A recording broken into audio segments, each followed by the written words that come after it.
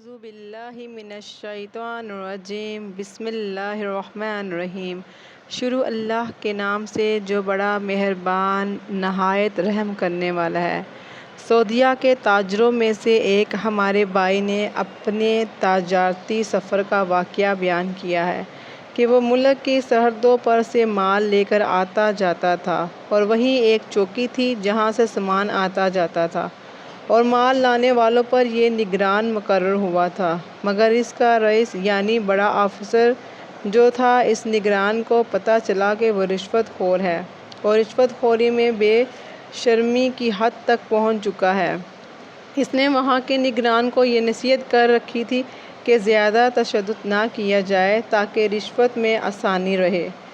جب اس ہمارے ساتھی نگران نے یہ بات سنی کہ یہاں کا افسر اعلیٰ رشوت لیتا ہے تو اس کے کندھے مارے خوف کے کانپنے لگے اور اس کے جسم میں خوف کی لہر دوڑ گئی۔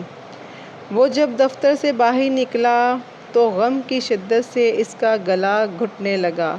دن گزرتے گئے تو ہمارے اس نگران دوست کے پاس بھی لوگ آ کر کہنے لگے، جناب یہ ہمارے ادارے کی جانب سے آپ کی خدمت میں تحفہ دیا جا رہا ہے۔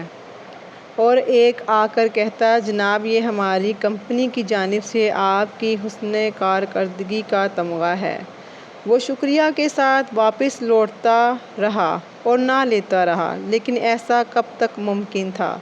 اس نے یہ ڈر محسوس کیا کہ میں تو دب جاؤں گا، اگر رشوت لینا شروع ہو گیا تو ویسے ہی حرام مال ہے، تو اس کے دو کشتیوں میں پاؤں آ گئے، یا تو عہد و تنخواہ سے معزول ہو جاؤں یا حرام کھا کر اللہ کی حدود سے تجاوز کر جاؤں اور رشوت خوری شروع کر دوں۔